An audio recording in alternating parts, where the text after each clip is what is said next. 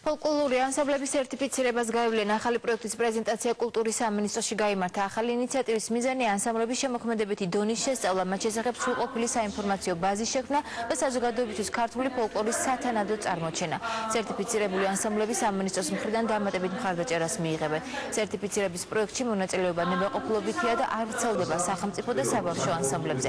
ანსამბლების სერტიფიცირება მოხდება 2 წელიწადში ერთხელ და ის ყველასთვის უფასო იქნება.